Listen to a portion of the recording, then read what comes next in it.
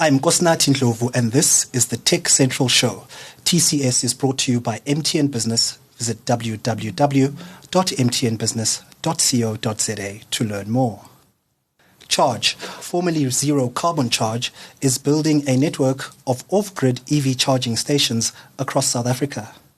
But with EV sales in their infancy, electricity supply getting more and more expensive, and policy trailing, the question is, are they a little too early to market? Here to answer that and many other questions is Joubert Roux. He is a co-founder and director at Charge. Joubert, hello and welcome to the show. Thank you very much, and thanks for having me. It's a pleasure to have you here. Joubert, if we could start by talking about the company's origin and the vision behind Charge. Why did you move from Zero Carbon Charge, the name, to Charge? Well, it was a little bit of an evolution. I had a business card that said only Charge, so everybody started calling it Charge. So it was more a decision that made itself than a conscious decision. But you can't register the word Charge and patent it or trademark it. So our logo has always been a little car with Charge, and we just dropped the rest. And through our media efforts and our marketing, the idea was to own Charge in South Africa and Africa, and I think to a certain extent we've been lucky to succeed in that. Yes, but that prefix, that zero carbon prefix, is actually at the core of your business philosophy. Why zero carbon charging? Well, I think the migration to electric vehicles is the sort of technology change that only comes around once in a generation. It happened with the internet, it happened with smartphones. And when you look at the migration to electric vehicles, it's not a technology change in vehicles, it's an energy change. And it made absolutely no sense to me from a carbon impact point of view to move from an internal combustion vehicle to an electric vehicle, but then charge it from with electricity produced from coal, because your carbon footprint is actually heavier in South Africa. You look at this South African grid.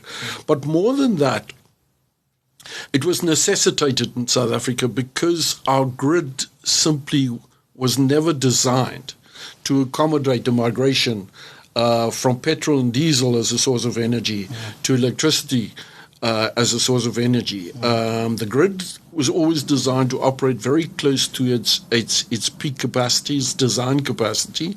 So the cables going into Pofadder was designed to serve 500 people and 5 sheep farmers. And now all of a sudden you've got 1,000 cars and 100 trucks going past, and they want to charge, and all of a sudden you've got a 100 megawatt hour demand per day.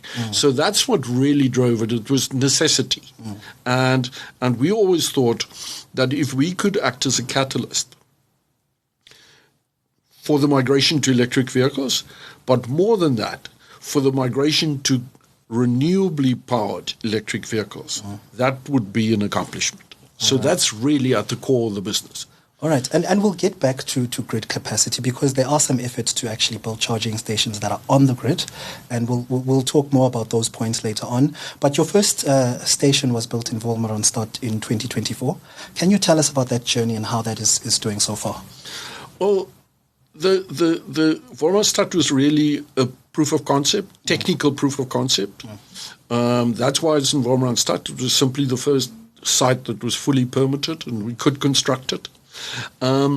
Because what I didn't realize when I started the business was that this has never been attempted anywhere in the world, to build a completely off-grid charging network. So we had to literally design the equipment from the ground up.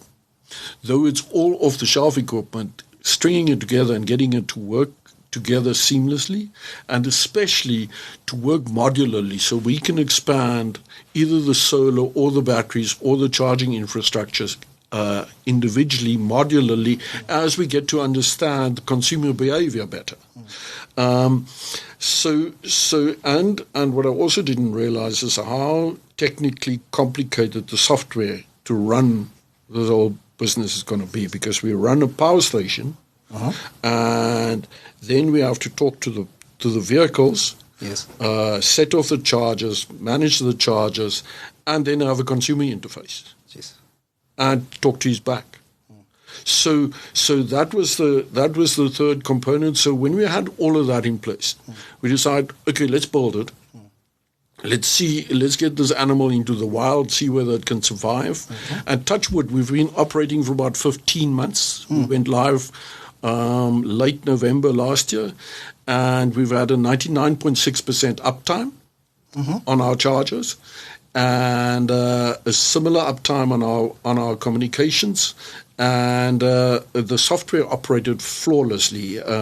So touch wood, from a technical feasibility, that was a very good test. We learned a lot of lessons, but it actually for new tech, it's a testament to our electrical engineer Meli, and his counterparts in China that we could build such a novel solution, install it, and it functioned from word go.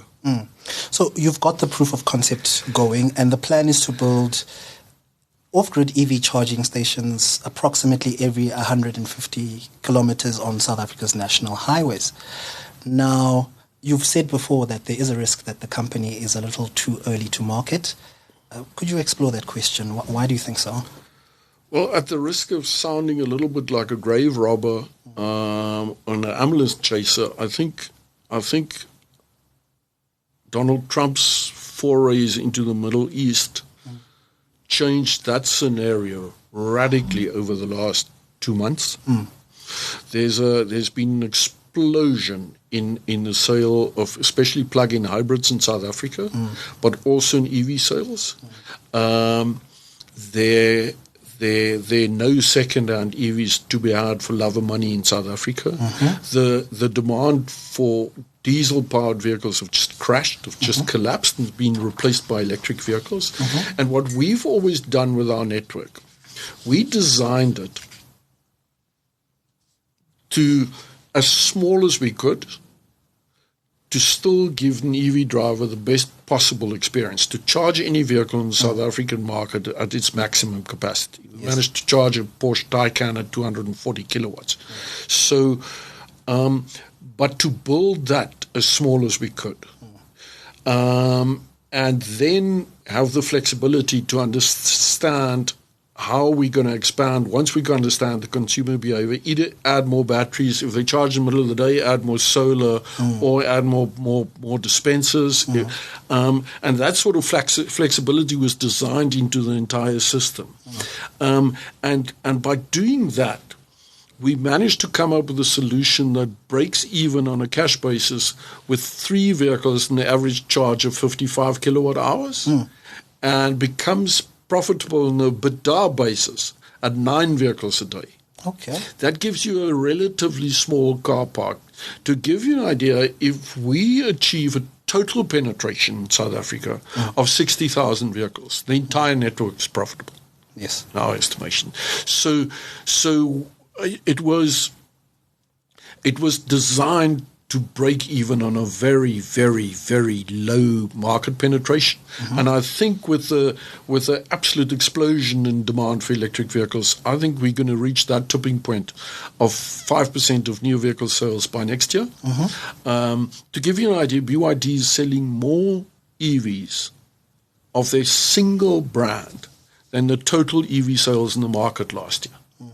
So that exponential growth have kicked off. Yes. And in all markets in the world where the market penetration of EVs went to 5% of new vehicle sales, it accelerated to 15% of new vehicle sales within 3 years. And if that happens, we've reached a tipping point. So 5% is an absolute tipping point, and I expect to reach that next year in our market. So you've spoken about geopolitical influences that are now driving the South African consumer towards electric vehicle. But do you think that our policy landscape is doing as much as it can to also spur that demand on? Policy landscape, I don't think ever does what it can, but no. In South Africa, there's a lot of talk, a lot of promises to reach net zero in 2050, especially in the transport sector. But astoundingly enough, that's not supported by government action. There's still the import of EVs is still taxed as a luxury good, taxed an ad valorem tax on top of the normal import duty. But I think when you look at electric vehicles, it's simply a better widget. It's better tech. If you've driven an electric vehicle, you realize, but this is a different animal. You drive a passenger vehicle with the performance of a Porsche. For the first time in 120 years, you can produce your own energy by having a little bit of rooftop solar.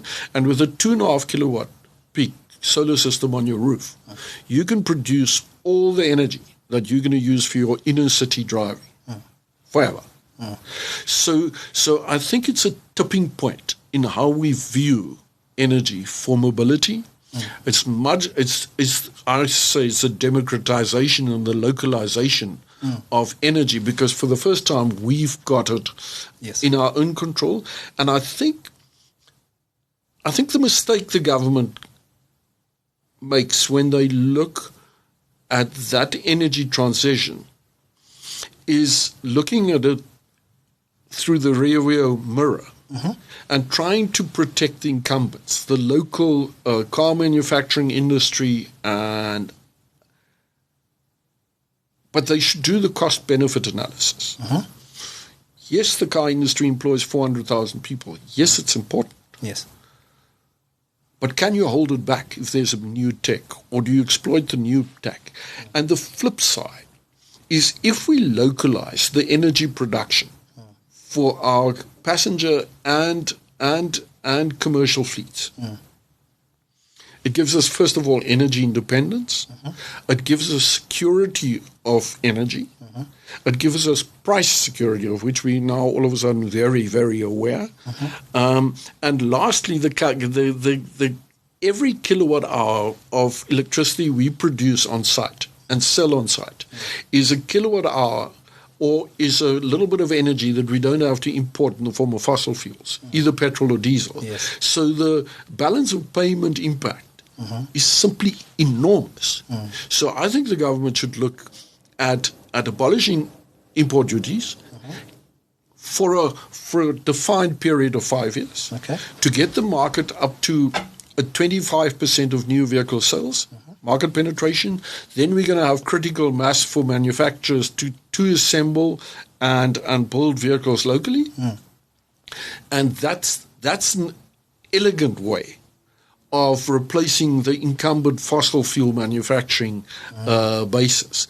But the big impact is for every EV that you put on the market that's charged by renewable energy is a permanent Forex saving on the government side. So that I think that's one part of the argument that people always miss. And I always say that charge is a pure energy business. All we do is we make electricity and we sell it we make electricity where it's required by the customer, and we sell it to the end user. So there are no transmission losses. It's localization and it's national. It's like every site that we build at every town is like that. 120 years a town, it tantamount to that town drilling a hole and finding oil, because they become a permanent part of that energy value chain, which is amazing. Okay. So, but now speaking to building this network of off-grid power stations around the country, I understand you got some funding from the Development Bank of Southern Africa. What's the rollout plan with that? We're currently constructing 2 sites on the N3. If the rain lets up a bit, we're 3 days away from the civil works completion. The last components, the battery system, is on the ground in Durban. It'll be delivered on Monday, and both those sites will be live in mid-May. and that will unlock the N3 between Johannesburg and Durban. So that's a big step. Yeah. That's our commercial proof of concept. And astoundingly enough, we've signed a takeoff agreement with a commercial off-taker for 50% of the energy produced at those sites, which will make them profitable from word go. Yes. And then we're going to build the N1 Cape Town to Messina, and the N6 from Bloemfontein to East London, and then we're going to roll out first a network of 60 stations. That'll cover the entire country, all the national roads at 300-kilometer intervals, and then we're going to densify that with another 60 sites to 150-kilometer intervals.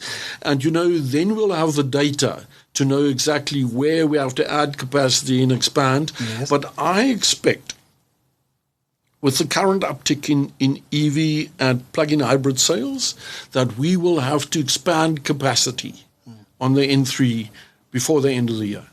This is wonderful to hear, but your capital costs are high, as you have said. How are you planning to finance it going forward? One of the things that you've mentioned in the past is that you want to raise money publicly, but you're not going to the local bourse, the JSE. What's the route you're taking and why? We in the process we did raise money from the DBSA. We got 100 million rand investment from the DBSA. Visionary investment. It's an unlocking fund that they've got, and they've been fabulous partners. And it was a very good exercise because everybody knows if you've passed the DBSA's due diligence, you've been through the ringer. But they've been fabulous partners. We've raised money privately. We're in the market at the moment. We're fairly close to securing a matching investment to the DBSA. We're doing a private raise through Mesh. So that's obviously just for qualified investors. And then the intention is, I've always said, it makes no sense to localize the energy production, but then export the ownership of the business. So then we're going to do a public raise. Obviously, it's very rule-bound, so we still have to register and do all the groundwork for that. So we'll launch that later the year. But we're very close to having funds in the bank to finalize the N1, and then we'll raise as and when required. We're always in the market. We work with Mesh locally and African Merchant Capital in London to do the raise. So but it's almost like building a toll road. It's enormously capital intensive up front, but for every solar panel you put down, you've got an energy factory that's guaranteed for 35 years. So your margins are very healthy, and you've capped your cost. Because we're vertically integrated, in other words, we basically take sunshine, add value to it, and sell it to the end consumer. It's a very, very robust business model, and it's a very attractive business model. And because it's in the energy space, the numbers are extraordinarily large. So you don't need a 50% market share to have a successful business. You need a 1% market share to have a 5 billion rand business. So from that point of view, it's that sort of early stage opportunity, like the listing of MTN and Vodacom, and it's a network business. So it's one of those one-off opportunities that only comes around. I think we were ahead of the curve. It was very painful over the last 4.5 years of permitting the sites, signing the sites, getting the environmental approvals, but now we're ahead of the game and we can roll out literally as fast as we raise money. All right. You mentioned that Mesh is one of your partners. That's a tokenization platform, Yes. right? Crypto blockchain based. Yeah. Why partner with a blockchain based platform? Well, they've got the tech. They're secure. They're transparent. They've done it. They've got the experience. And for early stage raising in South Africa, so they just provided a private trading platform to list on the South African stock exchanges is onerous, very expensive, and it's not early stage development friendly. It's late stage friendly. It's when you can attract institutional investors and you've got a 3-year profit record. So and to a certain extent, those South Africa's got an enormous capital pool. It's not early stage friendly. It's late stage friendly. So they'd rather go for lower returns at a later stage than fabulous returns at an early stage. And that's why we working with them. They've got proven tech. They're transparent. It gives a sense of security to a potential investor that it's well managed. So now looking at the competitive landscape, you said you are a pioneer in terms of EV off-grid charging, right? But charging on the grid is something that's been done in other parts of the world, and BYD has announced locally that they're going to be building a 1 megawatt charging network. They have a partnership with Eskom. Is there not a risk on your side that, when big players like this and others, international players, come in with big budgets, that they could overrun your plans? The permitting of the sites in South Africa is an onerous process, and it's a legal timeline. You have to do this, and then you have to go through public participation for 90 days in Commons, and it's run by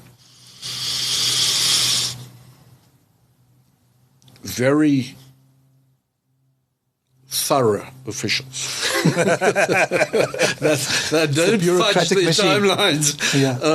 So there's a time constraint. Secondly, we welcome all the online charging because it makes it easy for migration to EV for EV drivers. There will always be place for both players in the market.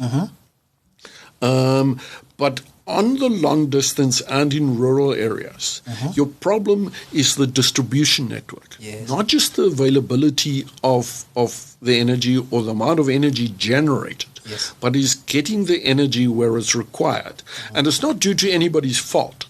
It's simply the grid was never designed to deliver that amount of power at those points. And it'll take years for the grid to pivot to get there. So we believe there are two markets, and the grid constraints aren't just confined to the rural areas.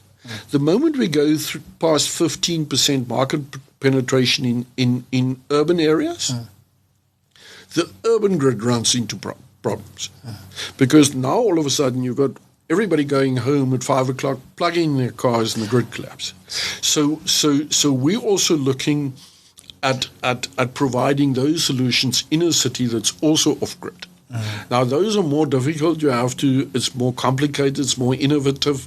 It's more normally a blended model. But rurally, the obvious thing would be to stick chargers at all filling stations. They've got access, they've got convenience, they've got everything there.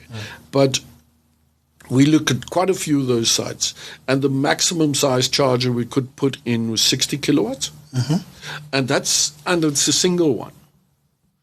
We've all been on the N1 north of Tshwane on a Friday afternoon or on a Sunday afternoon, and if you scale that to electric vehicles, the infrastructure required is simply going to be enormous. And I find that that's one thing that people underestimate, especially when you get to commercial vehicles. Each heavy commercial vehicle consumes about the same amount of energy as 9 passenger vehicles. So I think people completely underestimate the scale of the energy required. I drove to Gaborone on Monday, or coming back from it, and the amount of fuel trucks that went past to provide the energy for cars and trucks in Botswana was just overwhelming. So now you imagine replacing that with electricity. And that's why I believe this localized production and also from an economic point of view. Remember, you've now got no transmission losses. You don't have to establish that infrastructure to get the power there. You produce it on-site and you sell it on-site. You store it on-site. And from an economic point of view, the levelized cost of energy is now cheaper to do it that way than to, even at the current rates, go on the Eskom grid. And the problem is, once you're on Eskom, we just saw another 9% increase in Eskom tariffs. Inflation is 5%. So, and we've had above inflation increases from Eskom now for years. So you've once again got no control over your input costs. And that's what makes our model so novel, because we add value to sunshine. And that's why it's such a unique model. And not for all countries. Where you've got a dense population, you've got a huge grid, you've got lots of hydro, different story. But we don't live in a country, we live in an extended country. Relatively low populations, long distances, and 49% of fuel in South Africa is consumed outside the urban edges. So that's the market we're going after initially, is that 49% outside the urban edges. All right. So you mentioned earlier on, you mentioned filling stations and you mentioned thorough regulators in this country. SANRAL recently proposed policy changes that would make them basically charge businesses that are within 60 meters, I think, or of national roads and 500 meters from an interchange to operate there. What's your take on this as an industry player? Somebody's got to fund the roads. Up till now, it's been funded largely with a fuel levy. And there's a legitimate concern about funding the roads. So I've got no problem in principle that there need to be a funding model. It need to be transparent. The one thing about taxes, I pay exactly the same taxes you do, as she does, as everybody else does. And it's not a negotiation. That's what you pay. If you earn so much, you pay, deduct this. So what we have here is a funding mechanism for roads, but it's not transparent, it's not equally applied. Remember, that policy was proclaimed, and it's only because of the Castleman case that it now went through public participation. And it was just announced by a board decision. And as it stands currently, it gives the SANRAL board the opportunity to increase those rates. And to give you an idea, there was a dramatic increase in the percentages already in the new rates card. So in principle, there's not a problem. But where there is a problem, all of a sudden, SANRAL wants to participate in the businesses. So SANRAL is moving from a NERSA role, where they control all the access to the national roads, and it used to be a technical application to where they now want to put those out to tender. They want to decide where they need to go, what you're allowed to do there. And those are functions that belong in the private sector, not for a regulator. And the moment they start participating as an economic beneficiary from those decisions. They're no longer a regulator. All of a sudden, they now the rule maker, the referee, and a player. And that's simply wrong. And there's not oversight there. Then they need to be regulated. Yes. So that was our objection, that they can't be a regulator and a player. You know, we've now had, as part of a land use application, you need a letter of comment from SANRAL. If you're within 500 meters of an interchange or 60 meters. And that's always been the case. There's some of those comments that have been outstanding for 1,150 days. And that's an abuse of that monopolistic power. And what they've done is they've tried to push out those comments so we could fall under the new rates card. And that already shows you that, you know, all of a sudden, are you the regulator or are you now a participant? And are you abusing that monopolistic power? Yes. And we convinced that they now fall under the Competitions Act, which creates a whole new set of questions, because they are they hold the absolute monopoly of access to the national roads, and we feel the national roads are assets to the nation.